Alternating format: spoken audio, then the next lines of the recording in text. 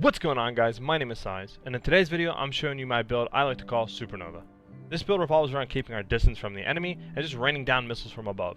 Plus we are running 2 coral launchers which do insanely high damage, so without any further ado, let's get right into it. For our right arm and left arm unit we are running dual aperitifs, which are siege missile launchers. Now these missile launchers shoot 13 missiles out, which go slow-mo and then rapidly accelerate towards the enemy.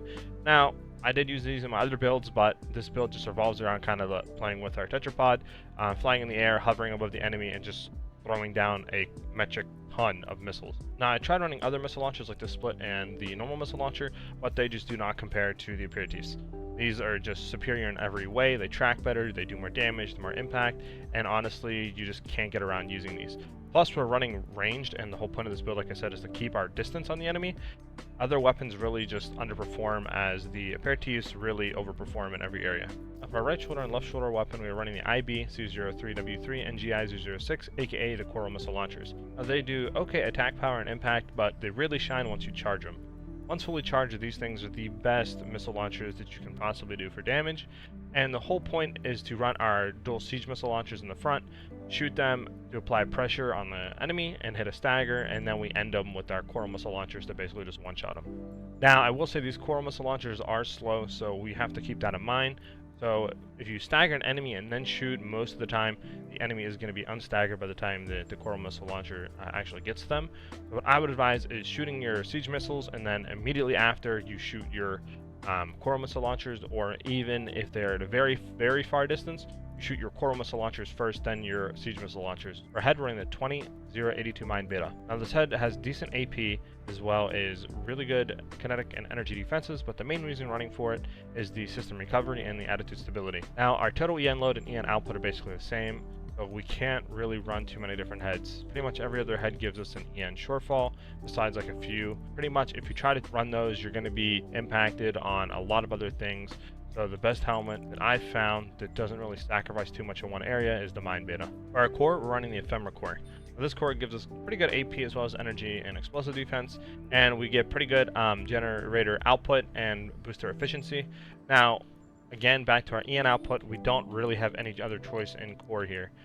Every other one gives us an EN shortfall, so we're left with only running the ephemera core. Our arms, running the Maylander C3 arms. Well, these arms are all around just good. Gives us good AP as well as defenses, and decent recoil control and arms load limit. Now again, we don't really have too many options here. You could run like the Basho arms, but we don't need melee specialization, so that's useless. And you could run the tool arms, but again, we will be impacted on AP as well as defenses and stuff like that.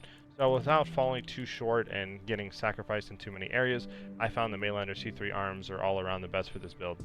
For our legs, we're running the tetrapod VP 424s. Now you could run the LG033M tetrapod legs, but they add a lot of weight that we don't need on this build, and it makes it a lot slower, and it just generally does not feel as good as running the VP tetrapod legs. Now the VP legs give us pretty good AP and defenses, as well as really good attitude stability and load limit, and it makes this build a lot better to run rather than running the LG arms or the LG legs and applying all that unnecessary weight onto our mech.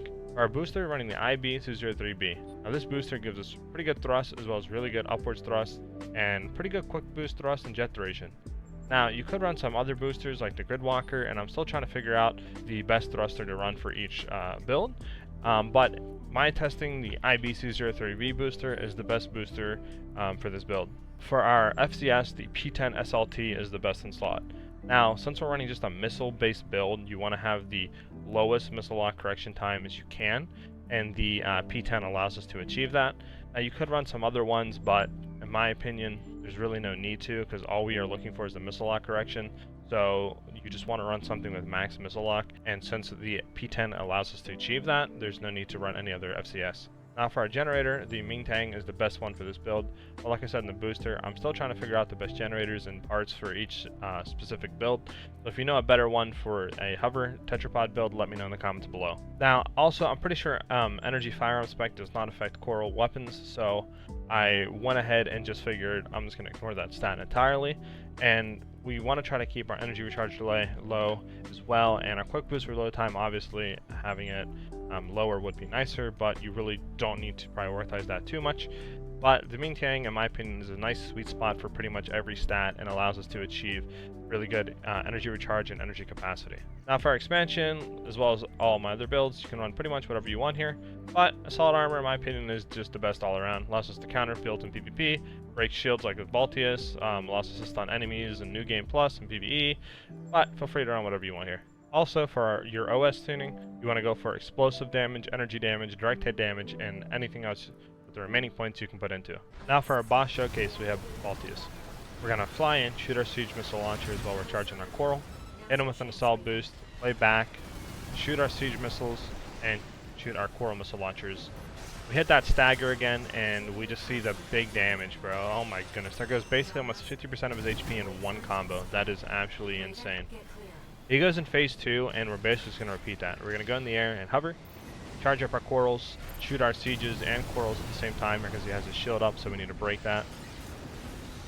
He's basically will be broken now. We shoot our siege missile launchers on him again, as well as our corals, and he's almost dead, and we're just going to finish him off with our coral missile launchers here. As you can see, the DPS is pretty crazy on a combo once they're staggered. I mean, we're doing 50% of Baltius' health in one combo. Like, that might be the most DPS I've ever done in a build. It is actually insane. And just the fact that you see all of the explosions go off too, I just love it. Now we have the Enforcer. We're going to charge our coral missiles here before we get in his face, as well as shoot our siege missiles. We're going to try to hit him with an assault boost, which we do, and then we're going to backdash to shoot our coral missile launchers, and just let that damage come in. And there is already about 30% of his health in one combo. Now, quick thing to note is the coral missile launchers do create mini projectiles, so you want to be further away the enemy as you can, so this way more mini projectiles gets created. But don't really try to face hug the enemy when you do have your coral missile launchers full charged, and as always you do want to play distance with this build just because we're a missile based build. Now we hit another combo, there goes about another 34% of his health, so we're just going to go above him, hover, shoot our siege missiles into our coral missiles, and we'll get staggered here. And then another big combo goes off, and he's already down about 30% HP. So we're going to charge up our coral missiles again, shoot our siege missiles, wait for that stagger to shoot. He doesn't get staggered, so we're going to wait for our siege missiles to come back, and we're going to fire our coral. He gets staggered, and the big combo goes off, and he's on 1 HP. Just going to shoot our siege missiles again here and kill him. Alrighty, as you can see, it's such an easy build to play with. We barely take damage because we're always at distance, and we do a great amount of DPS. Now for the PvP showcase. This guy's running dual flamethrowers, so we're just going to play above him, shoot our siege missile launchers into our coral missile launchers, and that should finish him. Now, a quick note with the build, like my last one, if you do stagger the missile launchers, it will create a higher pressure scenario. So basically what we're going to do is we're going to charge up our coral missile launchers, go in the air and hover, and we're going to stagger our siege missile launchers here as well as our coral missile launchers to create that higher pressure scenario, which will make more opportunities for him to get staggered and mess up in his dodging. So as you can see there already, he's messing up, he gets hit big, and see the fantastic tracking with the coral missile launcher. It just goes and curves and comes back and hits him. I love that. And he's already basically dead. So again, we're going to charge up our missile launchers, stagger our siege missile launchers, and basically he's dead with this fight. He has a few HP left here. We're just going to back up, shoot our missile launchers at him. Should finish him off. And then, there we are. He's dead. That's round 1 down, and you've seen how easy it is. We barely took any damage, and this goes to show how OP this build can be.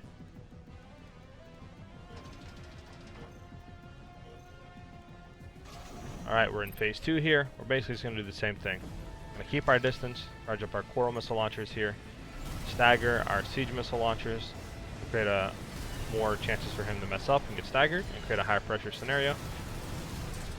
He's getting chased hard, and there's the big combo. You can really see how insane the DPS can get when everything hits when the enemy's staggered with our combo. It literally will just one-shot them with our coral missile launchers if they both hit once they're staggered. Has a fantastic tracking, and I think you guys will really enjoy the build.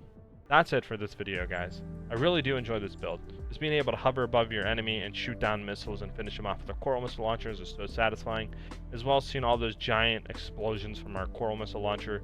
It's just so visually pleasing. If you guys do have any further questions about the build or my color code or anything like that, leave them in the comments below and I'll get back to you as soon as I can. Also, if you guys wouldn't mind liking and subscribing to the channel, it allows me to know you guys are enjoying the builds. It helps with the YouTube algorithm to get this out to more people, and it lets me know to put more content like this out in the future. I hope you guys do have a good rest of your day or night, depending on where you are, and I'll see you guys in the next video. Peace.